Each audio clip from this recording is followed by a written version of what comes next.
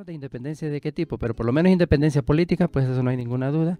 Y esa es la idea, pues analizar un poco sobre qué representa precisamente esa palabra independencia para nosotros. Así es. Denis, el lunes anterior estuvimos con el licenciado Omar Talavera hablando sobre los procesos preindependentistas. Ya para finalizar el programa, él dejó una interrogante para dar inicio a este programa, que era que José Cecilio del Valle fue uno de los personajes que redactó el acta de independencia, pero que no la firmó. Entonces, no sé si usted considera contestar esa pregunta ahorita de inicio o le hacemos en el proceso del programa cuando sea oportuna esa pregunta. Yo consideraría que tal vez se va a contestar por sí misma en el proceso del programa. ¿Por qué? Porque para entender la posición de José Cecilio del Valle, y porque no solo es el hecho de que él no firmó el acta de independencia, y lo vamos a entender más adelante por qué, sino que él tenía sus reservas con respecto a independizarnos en ese momento. Pero para entender ese punto de vista, para entender esa posición que tuvo este gran prócer y sabio hondureño y centroamericanista y más incluso panamericanista, don José Cecilio Díaz del Valle, pues hay que entender primero el proceso de independencia de Centroamérica. Bien, entonces a eso vamos, Denis. Comencemos hablando entonces cuál era el sentir de los habitantes de Centroamérica meses antes de la independencia. Bueno, ya mencionaba precisamente que el licenciado Talavera, en el programa anterior hablaba sobre los procesos de independencia, los procesos de preindependentistas que se habían dado en Centroamérica. Eso nos dice ya que precisamente la idea de libertad, las ideas de emancipación no eran nuevas para esa época de 1821. Incluso si somos bastante exactos al hablar de independencia de Centroamérica, me imagino que ya tocaron que el primer proceso o intento de independencia de los pueblos centroamericanos fue en 1808. Si no me equivoco, fue en El Salvador, con José Matías Delgado y otros próceres de la independencia salvadoreños. Hubo varios procesos, 1808, 1811, 1812, 1813, 14, 16, 20 hasta llegar al 21. O sea, hubo varios intentonas de independencia hasta antes de ese 15 de septiembre de 1821. Eso ya nos da la pauta, nos da la marca de lo que pensaban los criollos especialmente. Porque al hablar de criollos, recordemos que los criollos eran los hijos de españoles nacidos o que ya tenían sus raíces aquí en América. Durante la época colonial en América, no solo en Centroamérica y Honduras, sino en América, podríamos decir que había dos tipos de funcionarios o de habitantes. Básicamente, estaban los peninsulares, que eran los españoles nacidos en la península ibérica. Por eso se le conocía como peninsulares. Y básicamente eran los que manejaban la política y la administración del Estado español en América. Eran enviados directamente de España aquí al continente para, insisto, regir lo que era la política y la economía de estas provincias. Y luego estaban los criollos. Los criollos eran precisamente los hijos de los primeros colonizadores que habían llegado españoles o hijos de españoles o de esos funcionarios que nacían en América. Ellos normalmente eran personas que tenían el dinero y tenían el poder económico, pero no tenían ese acceso al poder político. Entonces, por eso mismo, no es de extrañar que las primeras intentonas de independencia en Centroamérica fueron realizadas por los criollos. O sea, ¿por qué? Porque ellos no querían tener ese acceso al poder político, querían tener acceso al dominio político para así poder desarrollar sus actividades económicas con mayor libertad. Es así entonces que insisto que esos primeros independentistas de Centroamérica eran gente acomodada, eran gente con dinero, y el hecho de que ellos tuvieran dinero significaba también que habían tenido acceso a la educación, a una educación superior. Al hablar de educación superior en Centroamérica, en la época colonial y previo a esos primeros años y meses de la independencia, es estar hablando de la Universidad de San Carlos de Guatemala. Entonces, la mayoría de todos esos criollos eran también guatemaltecos. Entonces, todo eso va relacionado a que el proceso de independencia nació y en 1821 en la ciudad de Guatemala, aun y cuando se había extendido, ya como se ha podido ver, y yo sé que se trató en la emisión anterior, que los procesos también se dieron en toda Centroamérica, fue en Nicaragua, fue en El Salvador y fue en Honduras. Entonces, básicamente el sentir era ese, de los criollos deseando ya tener mayor libertad económica para poder comerciar. Y para lograr eso ellos necesitaban el poder político. Entonces, para lograr el poder político necesitaban entonces una independencia con respecto a España. Interesante, Denis. ¿Y qué acontecimientos generaron los deseos independentistas en Centroamérica? Bueno, fueron varios en realidad, pero básicamente podemos decir que Fueron tres acontecimientos a escala mundial de ese momento los que generaron o impulsaron el proceso independentista en Centroamérica para 1821. Uno de ellos fue precisamente la revolución e independencia de los Estados Unidos, o sea, cuando recordamos que se independiza Estados Unidos y declara su independencia con respecto al Imperio Inglés en la Carta de Filadelfia en 1777, muchos de los preceptos de esa carta es precisamente que los pueblos tienen el derecho a autogobernarse. Y ese principio pues son retomados por los pensadores y los, ya insisto, los criollos centroamericanos, porque esta se adecua perfectamente a su forma de pensar y lo que ellos quieren. Eso, otro hecho también que marcó muy fuerte los deseos y impulsó más la independencia de Centroamérica fue la Revolución Francesa de 1789, en donde el pueblo francés se rebela contra la monarquía francesa y los quita del poder, y pues podemos decir que comienza a conformarse lo que es un Estado y lo que es ahora la República de Francia, con bases democráticas. Pero tal vez el hecho que más influyó y que más impulsó lo que fue la independencia de Centroamérica, y no solo de Centroamérica, sino las independencias de las colonias americanas que mantenía España aquí en América, por ejemplo México, Argentina, Colombia, Venezuela, etcétera, todos esos países que ahora son esos países, fue precisamente la invasión napoleónica de España en 1808, si no me equivoco. Francia, Napoleón Bonaparte, que se declaró emperador de Francia, invade España. Y al invadir España, bueno, toma el poder de España y nombra como rey de España a su hermano, José Napoleón, que por cierto los españoles le llamaban Pepe Botella, porque dicen que le gustaba un poquito empinar el codo. Eso cuenta la historia. Entonces, claro, los españoles no lo aceptaron nunca, jamás. Era francés y ellos pues no iban a aceptar una corona francesa que le estuviera dominando. Y en todo caso tenían su propia corona, sus propios reyes, que eran los Borbones. Pues entonces España, durante el dominio francés, empieza una guerra de independencia. Ellos le llaman guerra de independencia y comienzan a luchar y comienzan a formar guerrillas y formar milicias que empiezan a luchar contra el ejército francés. Esto se debilitó. Eso, obviamente sí, obviamente eso debilitó el dominio español sobre sus colonias en América. Exacto. Lo debilitó muchísimo. Eso obligó incluso a que muchas de las colonias de facto, por llamarlo así, se comenzaran a autogobernar en sí mismas. Claro, en el papel decía que todavía eran colonias españolas y los peninsulares que estaban aquí decían que eran representantes de España, pero hasta cierto punto ya tomaban decisiones independientes. Bueno, entonces vienen los españoles, retoman, bueno, y en la batalla de Bailén en 1809, por ahí, ellos expulsan a los franceses de España, los expulsan y retoman nuevamente su independencia. Ellos restablecen la monarquía española, Felipe VII, si no me equivoco. Pero la diferencia es que ya los españoles iban con una nueva visión más constitucionalista. Ya ellos no aceptaban ya a rajatabla, por llamarlo así, una monarquía, sino que ellos llamaban una monarquía constitucional.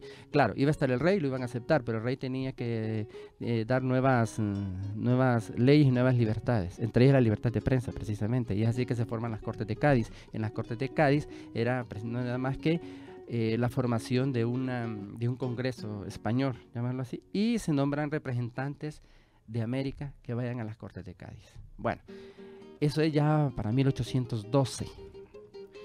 Esos prácticamente eran los acontecimientos que se estaban dando en el exterior, fuera de nuestro territorio. Fuera de nuestro territorio, pero que contribuyeron directamente al pensamiento y apoyaron precisamente esas ideas de libertad que tenían los criollos centroamericanos. Y aquí menciono centroamericanos, pero recordemos que es a nivel de América. Sí. Entonces, esas ideas ya le dan mayor libertad a ellos, y es así como empiezan incluso ya los movimientos revolucionarios de independencia de México y de Sudamérica, que son movimientos revolucionarios sangrientos. ¿Por qué? Porque ahí sí hubieron batallas de independencia. Es así como el prócer mexicano Benito Juárez o Morelos empiezan a combatir y empiezan a formar ejércitos para luchar contra los ejércitos españoles hasta lograr su independencia también. O en Sudamérica, José de San Martín en Argentina, o Simón Bolívar en Colombia, Venezuela. Entonces comienza a darse ya a través de todo ese proceso que la misma España había luchado por una especie de independencia contra los franceses.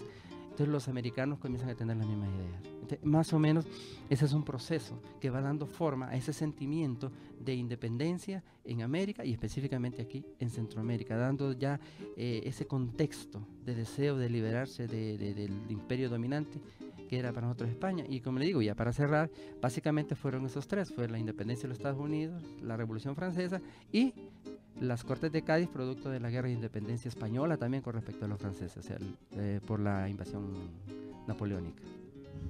Ya después de estos acontecimientos que se estaban dando fuera de esta región de Centroamérica, específicamente en Honduras, Denis, ¿qué personajes o qué grupos se involucraron directamente o abiertamente con los actos de independencia aquí en Honduras? Bueno, hablar de la independencia en Honduras es hablar de Centroamérica. O sea, si queremos entender la independencia en Honduras, tenemos que entenderla con respecto a lo que es Centroamérica y qué personajes fueron los que participaron en esos procesos independentistas. Una característica que tenían los pensadores independentistas, no solo en Honduras, sino en Centroamérica, es que eran personas ilustradas, eran personas que habían sido educadas y tenían una formación académica en su momento. Por ejemplo, José Matías Delgado, que era un cura, y sabemos que ellos eran los que mejor educación recibían para el momento, en la época. Pero también teníamos a otros laicos, como incluso algunos los que catalogaban que no eran cristianos, católicos, como Dionisio de Herrera, que sabemos que era una persona muy preparada, todos ellos estudiados precisamente en la Universidad de San Carlos. También teníamos a otros, en Honduras específicamente, como se ha dado a llamar los próceres desconocidos, o sea, oficialmente no han sido catalogados como próceres de la independencia, pero que sí tuvieron una participación beligerante. Entre ellos está el padre José Antonio Márquez. El padre José Antonio Márquez, que fue una persona muy preparada, incluso fue mentor de Francisco Morazán en su juventud, en la juventud de Francisco Morazán. Era una persona que tenía una preparación académica muy alta y tenía específicamente pensamientos liberales, pensamientos ilustrados, porque también algo que se caracterizaban todos estos pensadores era que eran de ese movimiento de la ilustración. La ilustración era básicamente un movimiento en el que predicaba que las personas tenían precisamente eso, que ilustrarse y utilizar el conocimiento para encontrar la verdad. Es cuando estaba sentando la base de lo que es las ciencias modernas. Entonces José Antonio Márquez, Dionisio de Herrera, incluso Diego Vigil, que fueron posteriormente morazanistas. El mismo tal vez Francisco Morazán, que estaba muy joven para la época, pero no hay que dudar que en su momento él tuvo también ideas liberales muy fuertes, se tuvo que haber apoyado la independencia en esos momentos. En Guatemala, aquí retornamos a José Cecilio del Valle. Aquí voy a empezar a contestar un poco la pregunta inicial, que José Cecilio del Valle sí era un independentista, o sea, eso no hay duda. Él en sus escritos lo dejó plasmado. Él decía que sí, la independencia estaba bien, no había ningún problema. Lo que pasa con Valle, que no hay que olvidar que Valle era producto de una clase dominante. Valle era criollo, pero incluso en su momento era considerado como uno de los hombres más ricos de Centroamérica. Entonces él había sido funcionario de la corona española también, o sea, él se debía también a la corona española. Él había sido secretario de la alcaldía de Guatemala, había sido auditor de guerra, había sido también secretario, como he dicho, de la alcaldía. Entonces, él, quiera sí o no, él se debía en cierta forma al gobierno español, porque había sido formado, insisto, era también de las clases altas de Guatemala. Entonces, él sabía que la independencia le favorecería a él, porque él ya podía tomar decisiones más libres con respecto a sus trabajos, ¿cómo se llama?, su producción económica. Pero él también sabía que no era conveniente independizarse en la forma que Centroamérica lo podía hacer en ese momento, porque no teníamos las instituciones totalmente sólidas para poder sostenernos como país, como república. Entonces, esa es para una introducción con respecto al pensamiento de Valle. Otro de los próceres que también podemos decir de la independencia, nada más que era guatemalteco, no hondureño, era don Pedro Molina. Pedro Molina era un impulsor acérrimo de la independencia. Él era de los que decía que había que independizarse de España un sí o sí, sin miramientos. Entonces, básicamente, todos ellos, insisto, eran personas con un alto nivel de conocimientos y personas muy ilustradas. ¿A qué atribuye usted que llamarle a estos próceres desconocidos? Sí. En Honduras específicamente. En Honduras, si es Diego Vigil o es José Antonio Márquez, Próceres desconocidos, porque usted fija, cuando nos hablamos de la independencia nos mencionan a Francisco Morazán, a Dionisio de Herrera, a José Cecilio del Valle, a José Trinidad Reyes incluso, que si somos francos, si somos legalistas, la verdad, próceres de la independencia tal vez solo Valle y Herrera directamente. Los otros ya fueron, y en algún momento José Trinidad Reyes también. Pero los otros, perdón, los otros no se mencionan, si se fija. Normalmente, pero ellos participaron y tenían ideas de independencia y en algún momento ellos fueron partícipes de esos movimientos de independencia. Me refiero a José Antonio Márquez y Diego Vigil incluso. Pero les digo desconocidos porque no son mencionados en el proceso. Más si son mencionados otros que tal vez no estuvieron directamente relacionados con la independencia, como José Trinidad Cabañas, por ejemplo. O como Francisco Morazán, que se relaciona bastante con la independencia. ¿Por qué esta confusión? Sucede que en el momento en que son declarados el Panteón Nacional de Héroes, para hacerlo de una forma técnica la expresión, fue durante la Reforma Liberal. Entonces viene Marco Aurelio Soto y Ramón Rosa, que fueron los ideólogos, deciden implementar quiénes van a ser los héroes y próceres de Honduras. Entonces viene y comienzan a nombrar ese Panteón Nacional, que pues son los que le acabo de mencionar: José Cecilio del Valle, Dionisio de Herrera, José Trinidad Reyes, José Trinidad Cabañas. Pero no se hace esa división de quiénes son próceres nacionales del movimiento de Unión Centroamericana y quienes son directamente de la independencia, sino que todos se meten en un solo costal. Y hasta el momento, bueno, está la Empira incluso, y la Empira se toma también como parte de la independencia. Si somos estrictos, la Empira fue siglos antes que existió. Pero vaya, si lo tomamos como un ejemplo de libertad y de deseo de emancipación, de no quererse dejar dominar, lo aceptamos, está bien. Si lo estamos como símbolo de independencia, pero que hayan participado en la independencia, no. Pero hay otros que sí participaron directamente en los movimientos independentistas que no se mencionan, como ya le dije, como tal vez Diego Vigil o José Antonio Márquez. Por eso es. Porque realmente se le da bastante mención a Francisco Morazán, y que no está de más, ¿verdad? Porque igual es un prócer, pero sí considero que igual que se debería de cada prócer de acuerdo al contexto, de acuerdo al legado que hizo, de acuerdo a lo que dio por nuestro país. Excelente, exactamente. Debe ubicarse el prócer tanto a nivel de tiempo y a nivel de contexto, que fue lo que hizo, para identificar exactamente cuál es el mensaje que se le quiere dar con ese prócer, con ese héroe. Estamos de acuerdo. Licenciado Portillo, ¿cómo son los días antes de la independencia? Pues, para contestarle eso, sí que me gustaría leer precisamente el artículo 1 del Acta de Independencia de 1821, del 15 de septiembre. El artículo 1 es muy explícito en las razones de por qué se está haciendo ese proceso de independencia ese 15 de septiembre del 21. Lo voy a leer textualmente con el permiso de los oyentes, pero es que es interesante. Artículo 1 dice que siendo la independencia del gobierno español la voluntad general del pueblo de Guatemala, insisto, Guatemala, y sin perjuicio de lo que determine sobre ella el Congreso que debe formarse, el señor jefe político la mande publicar, para prevenir las consecuencias que serían temibles en el caso de que la proclamase de hecho el mismo pueblo. O sea, ¿qué nos está diciendo este primer artículo? Que la independencia, uno, es de Guatemala, no es de Centroamérica, es de la ciudad de Guatemala, que para eso se tiene que reunir un congreso que decida si la acepta o no. Y segundo, que lo están haciendo las clases dominantes de Ciudad Guatemala para evitar que el pueblo se levante en armas y la declare ellos directamente. ¿Por qué? Porque eso significaría que les quitaría el poder a las clases dominantes. Entonces, ¿cuáles fueron esos días? Este es el día previo.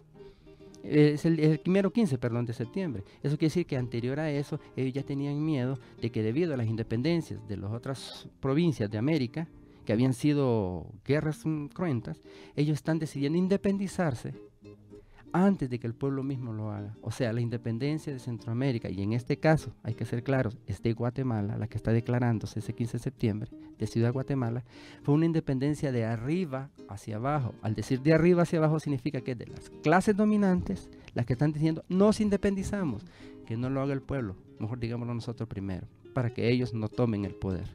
Y de hecho así fue. Cuando se independizaron, Gavino Gainza, que era el capitán general representante de los españoles, quedó siempre de jefe de gobierno provisionalmente y las leyes españolas quedaron intactas mientras se reunía el Congreso, que se tenía que reunir si no me equivoco, en febrero o marzo de 1822. Podríamos decir, Denis, que el licenciado Portillo que siguió el mismo sistema político, lo único con la diferencia de que ya no se dependía de España. El mismito sistema siguieron los mismos que gobernaban, siguieron los mismos, las mismas personas que ostentaban el poder siguieron ahí. Como le dije, el Gavino Gainza, el capitán general, que era representante español, siguió siendo el comandante, el jefe provisional de esa independencia. Es más, al independizarse, insisto, esa fue la independencia en Ciudad Guatemala. O sea, el 15 de septiembre de 1821, quien se independizó fue Ciudad Guatemala. ¿Por qué? Porque quienes estaban decidiendo eran las autoridades guatemaltecas. Las autoridades en Honduras, en Nicaragua, Costa Rica, El Salvador, no se daban cuenta de eso. Es por eso que, y aquí tomo ya otra parte del programa, que aquí en Tegucigalpa oficialmente se dieron cuenta de la independencia en Guatemala hasta el 28 de septiembre, cuando llegaron copias de esos pliegos a Tegucigalpa. De estas actas que usted acaba de mencionar. Exacto. Y hay un dato interesante para que nos demos cuenta de la rapidez y lo presuroso que fue toda esa situación, de que decidieron hacerlo, o sea, casi sin pensarlo, que el acta de independencia de 1821, la del 15, que se hizo en Guatemala, que tenía alrededor de, si no me equivoco, 14, 17 artículos, se hizo tan rápido que no notaron en el momento que se comieron el artículo 9. Del artículo 8 se pasa al artículo 10. Eso indica la forma tan rápida que había rapidez y que necesitaban hacerlo. O sea, ellos dijeron, antes de que lo haga el pueblo, hagámoslo nosotros, venga. Entonces, bueno, por cierto, ahí entra en escena nuevamente don José Cecilio del Valle. ¿Cómo? Don José Cecilio del Valle, muchos lo han criticado porque dicen que él estaba en contra de la independencia. Miren, la verdad, ya lo dije anteriormente, él estaba a favor, a él le convenía incluso la independencia. Lo que pasa, como era una persona tan preparada y que él miraba futuro, él sabía que no estaban las instituciones tan sólidas en Centroamérica para independizarse y no depender de otra provincia, de otro país, de una potencia que nos dominara. Él decía que todavía no, pero aún así él vino y redactó el acta. Redactar el acta significa que él participó y dio idea de cómo hacer el acta de independencia. De acuerdo a esta misma de Guatemala. Esa fue precisamente la que se hizo ese 15 de septiembre, esa que le hizo falta el artículo 9, esa es en la que participó. Ahora, no la firmó, pero él no la firmó por una razón muy sencilla. Él había sido y era parte del aparato estatal español. Entonces, por ética, él no podía firmarla, porque quiera si no era funcionario. Entonces, él lo que hizo fue revisarla. Él fue un revisor del acta y dio sus apuntes, incluso en la original, en la que fue hecha directamente de esa forma, había algunas notas de él al lado de los artículos, cómo debían ir, porque recordemos, él era abogado también, él conocía de situaciones constitucionales, él había estudiado todas las constituciones españolas anteriores hasta ese día, o sea, él era una persona muy preparada, hasta en esa época todo el mundo lo sabía, por eso él se la dieron para que la revisara. Al decir redactor, también entiéndase revisor, o sea que él dio el punto de vista legal del acta de independencia, pero no la firmó porque no era correcto que él la firmara. Ahora, esa acta de independencia fue devuelta y fue revisada nuevamente con todas las anotaciones que había. Es así que se hacen las copias del acta de independencia para enviarlas a todas las provincias de Centroamérica. Y no solo a las ciudades capitales, en ese entonces la capital de Honduras era Comayagua, recordémoslo, sino a los municipios, o sea, todas las municipalidades. O sea, en ese momento como estados estructurados no estábamos, sino que el poder real de las comunidades era su municipio, su alcaldía. Le hicieron copias para cada alcaldía. Es así que el 28 de septiembre llegan copias de esa acta de independencia a Comayagua y a Tegucigalpa. Una por la mañana, una por la tarde. Llegan el mismo día. Imagínense que a San Antonio de Oriente, por ejemplo, llegó el 6 de octubre. La copia del acta de independencia. O sea, que ellos juraron independencia hasta el 6 de octubre. En Tegucigalpa y Comayagua se juró independencia hasta el 28 de septiembre. En San José, Costa Rica, si no me equivoco, llegó en noviembre. O sea, que ellos juraron independencia hasta el noviembre de 1821. Entonces, por eso se dice que esa independencia es en Guatemala. Claro, al jurar todos esa acta de independencia, de alguna forma, estaban aceptando que la independencia fue el 15 de septiembre. Por supuesto, legalmente fue el 15 de septiembre de independencia de España. ¿Y esa acta quiénes la firman? ¿Cada alcalde en ese entonces? Los representantes de los pueblos en ese momento. Por ejemplo, en el caso de Tegucigalpa, cuando llega la copia del acta de independencia a Tegucigalpa, quien está de representante del municipio es don Dionisio de Herrera. Entonces, él hace un acta para Tegucigalpa, que se llama Viva la Independencia. La hace, en la cual acepta los términos del acta de Guatemala, y la firman todas las municipalidades y todos los representantes del municipio, diciendo que sí aceptan el acta de independencia. Ahí están aceptando entonces que son independientes desde el 15 de septiembre de 1821. Lo mismo sucede en Comayagua, lo mismo sucede, insisto, en Choluteca, en Gracias, en Danlí, o en León, Granada, Masaya, en Nicaragua, o en San José, Heredia, Alajuela, en Costa Rica, o en San Miguel, o en San Salvador, en El Salvador, etcétera, etcétera. Así sucedió en cada una de las ciudades de ese momento en Centroamérica. ¿Qué hubiera pasado, licenciado, si la independencia no hubiera sido por iniciativa de las personas que nos gobernaban en ese momento, sino que hubiera sido iniciativa de los pueblos? Porque eso es lo que estaban temiendo ellos, ¿verdad? Que o era el momento que lo hacían ellos, porque tarde o temprano lo iba a hacer el pueblo. ¿Qué hubiera pasado si directamente lo hubiera hecho el pueblo? Como historiador que soy, para mí es imposible contestarle qué hubiera pasado. Es muy difícil, no se podría contestar. Pero sí puedo hacer, lo que sí puedo hacer son comparaciones, quieras o no. Tomemos como ejemplo las independencias que fueron sangrientas en Sudamérica y México. Miremos cómo son esos estados, miremos qué ha sucedido en ellos. Yo me atrevería a decir que independientemente de quienes se hayan independizado, el problema no es quién se haya independizado, el problema es cómo estaban las provincias en ese momento, si estaban preparadas para la independencia. José Cecilio del Valle lo decía, la independencia debe suceder, ningún estado debe estar sujuzgado por otro, pero para independizarse, pero para poder lograr una independencia real, deben tener una base económica y política estable y sólida, cosa que no tenía Centroamérica. Entonces, por eso le insisto, independientemente de quién se haya independizado, el problema no era quién, sino cómo estaba y cómo estamos todavía en Centroamérica, que al tiempo y la historia le dio, para mí, definitivamente la razón a José Cecilio del Valle. Así es. Muchas gracias, licenciado. Es momento de hacer nuestra primera pausa y al retornar seguiremos hablando sobre los actos de independencia en su programa Yaskin.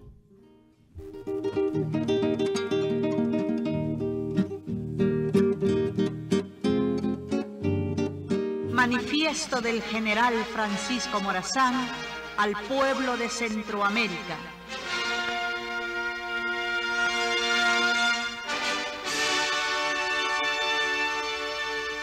He aquí nuestra patria. Recordadla. No es vuestra patria, porque en 1812, que por la primera vez se ventilaron los derechos de los americanos, vosotros hacíais de injustos jueces, de viles denunciantes y de falsos testigos contra los amigos de la independencia del gobierno absoluto. Es nuestra patria, porque en la misma época nosotros nos la procurábamos, difundiendo ideas de libertad y de independencia en el pueblo, sin que vuestras amenazas nos arredrasen ni nos intimidase la muerte. Ya sea que se nos presentase en la copa de Sócrates, que la encontrásemos al cabo del dogal que quitó la vida al empecinado, o que se pronunciase en vuestros inicuos tribunales.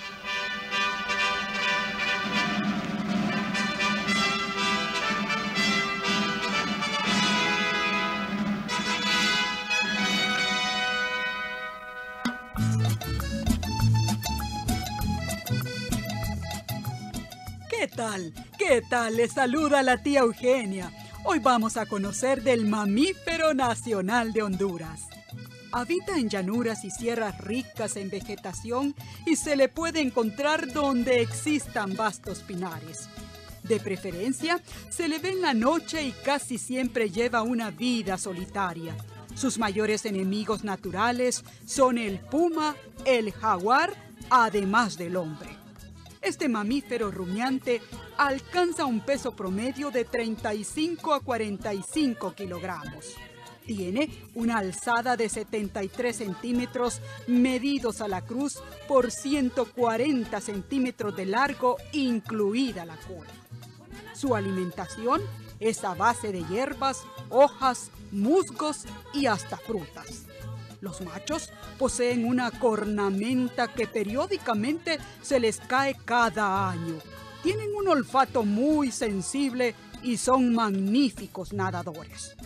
Después de haber escuchado todas las características de este mamífero, nos estamos refiriendo al venado cola blanca, símbolo de nuestra fauna nacional por decreto ejecutivo número 3693, emitido por el Congreso Nacional con fecha 28 de junio de 1993. Radio Nacional de Honduras, fortaleciendo nuestra identidad nacional.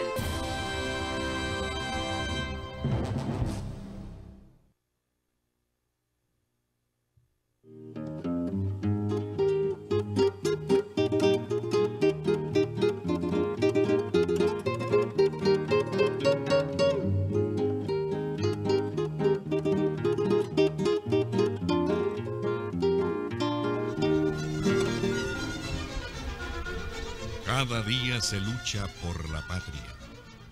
Cada día se trabaja más por ser mejores. Por nosotros, por los nuestros y por Honduras, nuestro país. En el mes de la Independencia Patria transmite Radio Nacional de Honduras, la voz de la nación.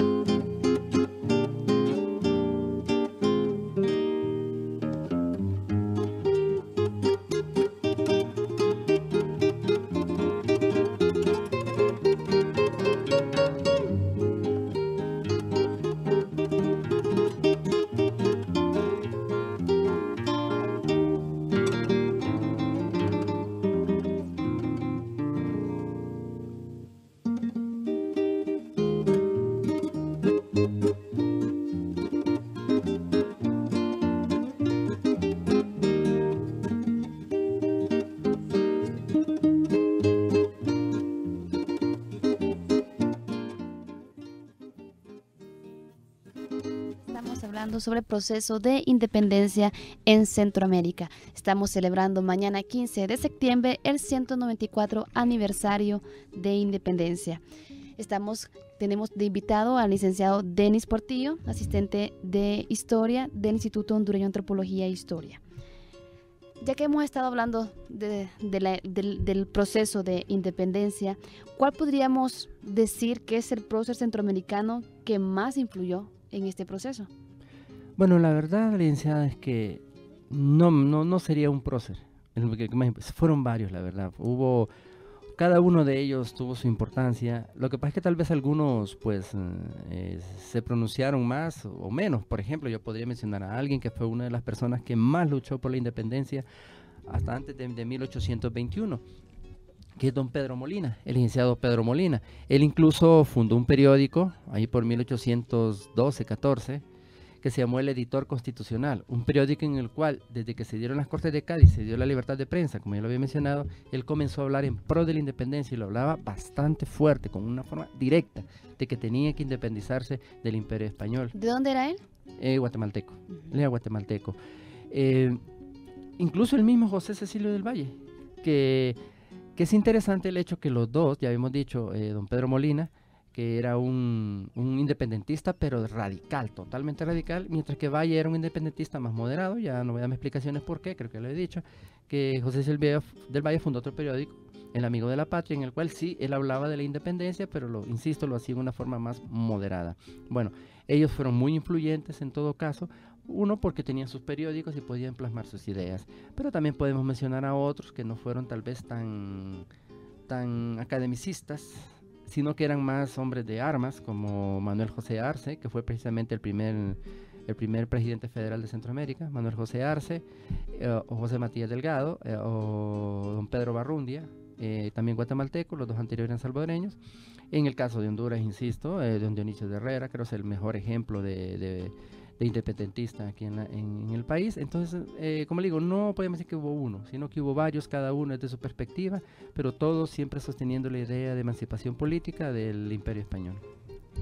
Hablemos ahora, licenciado Portillo, sobre la importancia que tiene la independencia en la cultura hondureña. Ok, mire, definitivamente no podemos negar que el 15 de septiembre en Honduras es tal vez una de las fechas más esperadas por los hondureños y las hondureñas. No importa la razón por qué la están esperando, no importa. La idea es que es una forma en que el pueblo se va a manifestar, ya sea a favor o ya sea en contra. Los jóvenes podrían ser por los desfiles, porque van a salir, van a demostrar todo aquello que les gusta a ellos. Los que están en contra tal vez para manifestarse y decir de que cuál independencia, que Honduras nunca ha sido independiente, etcétera, etcétera, no importa, pero sí está dentro de lo que es la mentalidad y la psiquis del hondureño, está dentro de esa concepción que nos hace hondureños, para bien o para mal. La verdad es que nos identificamos con el 15 de septiembre. Sí, yo digo que sí, que nos identificamos, insisto, de todas formas posibles. Solo con el hecho de ir a ver los desfiles, ya sea presencialmente ir al estadio o estarlo sintonizando por la televisión, desde ese momento, licenciado, yo creo que nos identificamos. Definitivamente, y con solo el hecho de que te agarramos la banderita y que pongamos la bandera en la puerta de nuestra casa, ya estamos identificando, y seamos francos, algunos lo hacen solo el 15 de septiembre y algunos lo hacen solo esa semana del 15. Pero se sienten identificados. Pero se sienten identificados, ya es parte de una identidad del 15 de septiembre, ya es parte de nosotros, ya nos conforma, ya decimos, es el año, la fecha en que nació nuestra patria, desde el punto de vista de emancipación política. Que seamos independientes o no, no importa, pero sí está esa fecha, es donde nacimos y es donde estamos, pues, y es lo que somos hondureños. Y sí, definitivamente. Y qué bueno que a pesar de todos los sinsabores que tengamos como sociedad, qué bueno que todavía tenemos ese sentimiento. Es que debemos tenerla, creo que al final como hondureños es lo único que nos queda. Si ya perdemos esa identidad como hondureños, entonces ¿quiénes somos? Porque podemos entendernos como personas, podemos saber que somos individuos, pero si ya no nos sentimos parte de, y en este caso de una nación, de un pueblo, entonces ya no tiene sentido, porque incluso hasta es un derecho humano que está escrito, que cada persona tiene derecho a una nacionalidad, a tener una patria. Entonces debemos y tenemos que sentirnos parte, y el 15 de septiembre, los próceres, la bandera, los símbolos, todo eso que nos conforma como hondureños, pues tenemos que hacer lo propio, debemos y tenemos que hacerlo. ¿Considera usted que el 15 de septiembre es una de las fechas importantes que el pueblo acepta? Para mí debería ser la más importante. Como hondureños es la más importante porque es la que nos da la conformación de dónde venimos, como le decía. Es lo que nos dice que somos hondureños. No la fecha en sí misma, o sea, no la fecha porque puede ser cualquier otra fecha. El acto. El acto mismo de identificarnos que somos parte de Honduras. Y si usted se fija bien, el 15 de septiembre de 1821 no solo nos identifica como hondureños, sino como centroamericanos. Porque es una independencia que la compartimos con los otros países de Centroamérica. Es una independencia que nos vino, de alguna forma u otra, de Guatemala y que nosotros la aceptamos, o por lo menos nuestros ancestros en esa época la aceptaron y dijeron sí, estamos de acuerdo.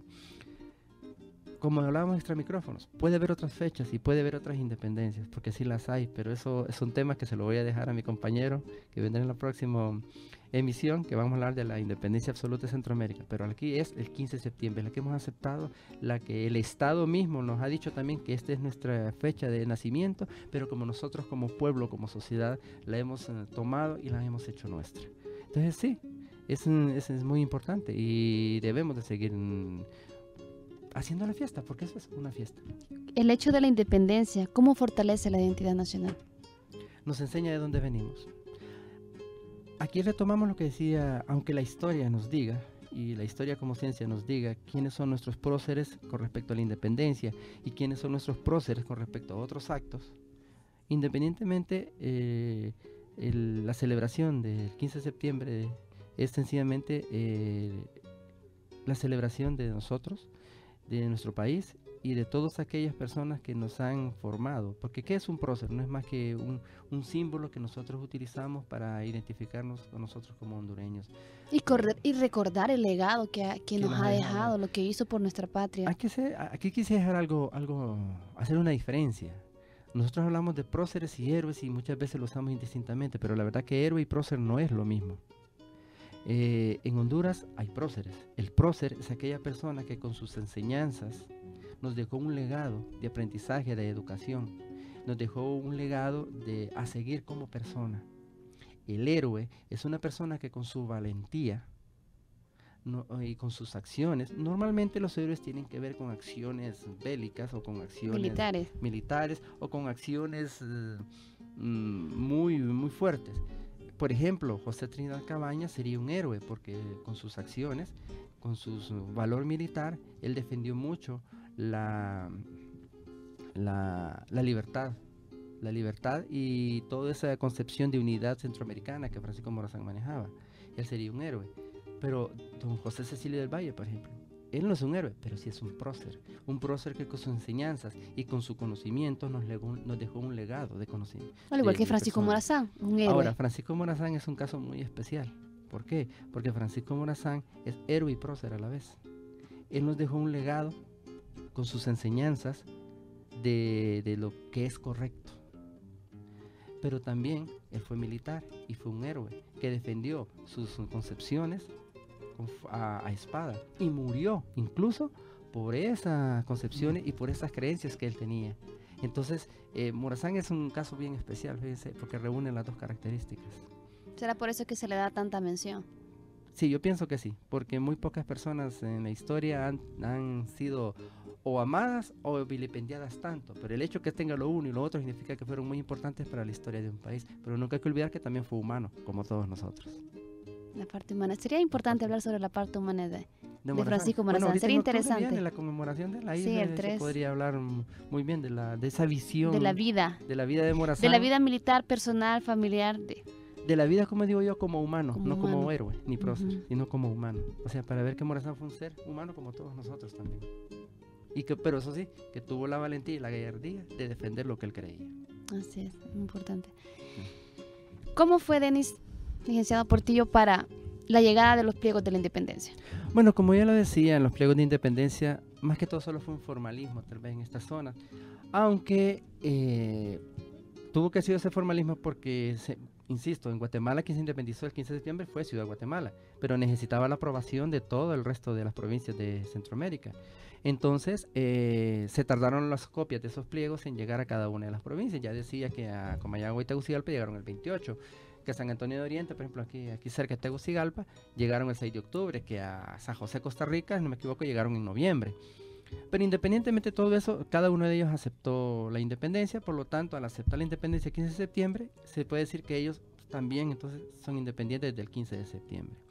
Sin embargo, el hecho que aceptaran la independencia no significaba, y es un caso muy especial también en Centroamérica, de que estuviesen de acuerdo. Incluso Tegucigalpa y Comayagua aceptaron la independencia del 15 de septiembre, pero en formas muy distintas. ¿Cómo? Tegucigalpa, cuando llegó el acta de independencia, aceptó la independencia total de Centroamérica de España.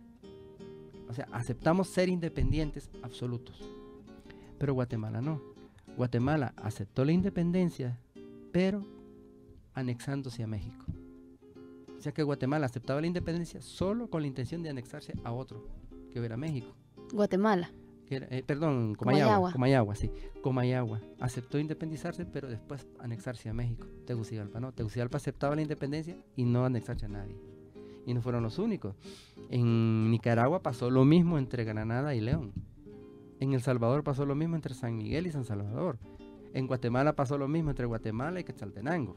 O sea, como ven, la independencia de Centroamérica nació viciada, como yo digo. O sea, no estaban totalmente de acuerdo qué tipo de independencia querían. Ese era otro factor. ¿Y estas provincias que querían anexarse a México lo hicieron?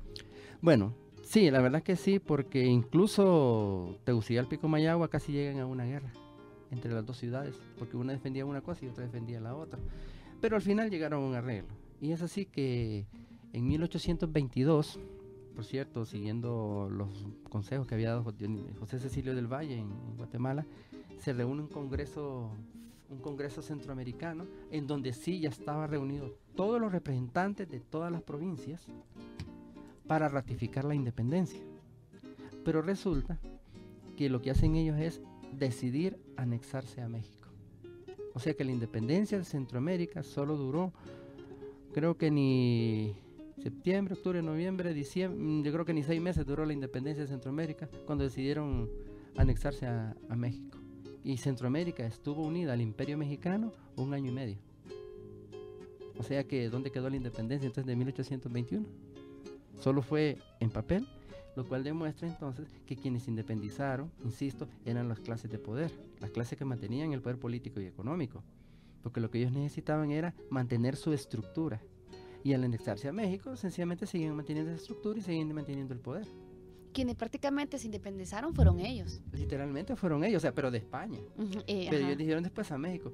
Con México, bueno, Centroamérica estuvo anexada, insisto, como año y medio más o menos, hasta que el Imperio Mexicano de Agustín de Iturbide pues cae, políticamente cae, no se logra mantener, y es ahí entonces cuando Centroamérica entonces sí, se vuelve a reunir en un congreso federal, en un congreso centroamericano, y el 1 de julio de 1823 se declara la independencia absoluta de Centroamérica. Pero ese es un tema que tal vez ya lo seguiremos hablando con nuestro compañero el próximo lunes. Sobre la independencia absoluta, que usted menciona que es el 1 de julio de 1823, es el Imperio Mexicano de Iturbide y bueno, y ese proceso. Pero ahorita pues lo que estamos celebrando, que les decía, es la del 15 de septiembre de 1821, la que nos toca, quieras o no, esa es la que dio el paso para todo lo que Centroamérica vendría después. Esa fue la que nos abrió el camino. Que fue efectiva o no es otra cosa. Porque, insisto, no nos duró ni 6 meses cuando ya estamos anexándonos a México. Y ahí se terminó las disputas entre Tegucigalpa y Comayagua. Al final ahí se terminaron porque aceptaron anexarse a México, ¿verdad? Entonces, tampoco hay que olvidar algo, que una de las razones, no todas por supuesto, pero una de las razones por las cuales Centroamérica decidió anexarse a México es que en la frontera con Guatemala había un ejército mexicano al mando del general Filisola, diciéndoles, ajá, ¿se van a anexar o no? O sea que también hay que tomar en cuenta eso, ¿verdad? Pequeño detalle que hay que tomar en cuenta. Tomar en cuenta. Denis, su palabra final ya para despedir el programa y para invitar mañana a los hondureños a que participemos en el 15 de septiembre, ya sea asistiendo a los desfiles, monitoreándolos por los medios de comunicación. Su mensaje final.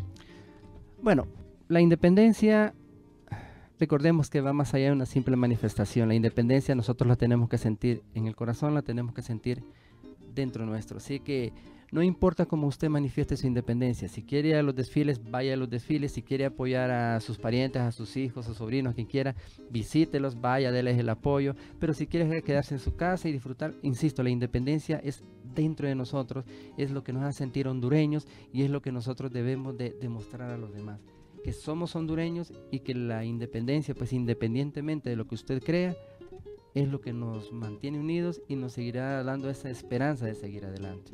Porque quieras o no, pues Honduras es un estado libre, soberano e independiente. Por lo menos está escrito, pues hay que ponerlo en marcha. Muchas gracias licenciado por su asistencia y recordemos mañana celebrar juntos el 194 aniversario de Independencia. Buenas tardes.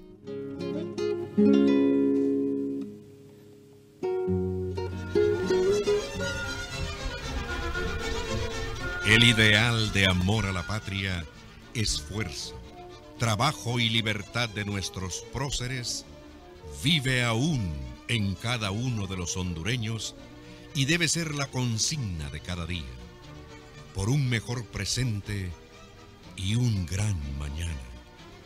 En el mes de la Independencia Patria, transmite Radio Nacional de Honduras, la voz de la nación.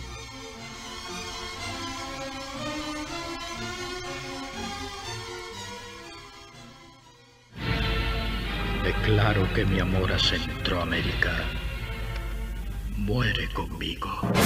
194 años cumple Honduras de su emancipación política junto a los pueblos hermanos unidos de Centroamérica en una sola nación, bautizada como Centroamérica.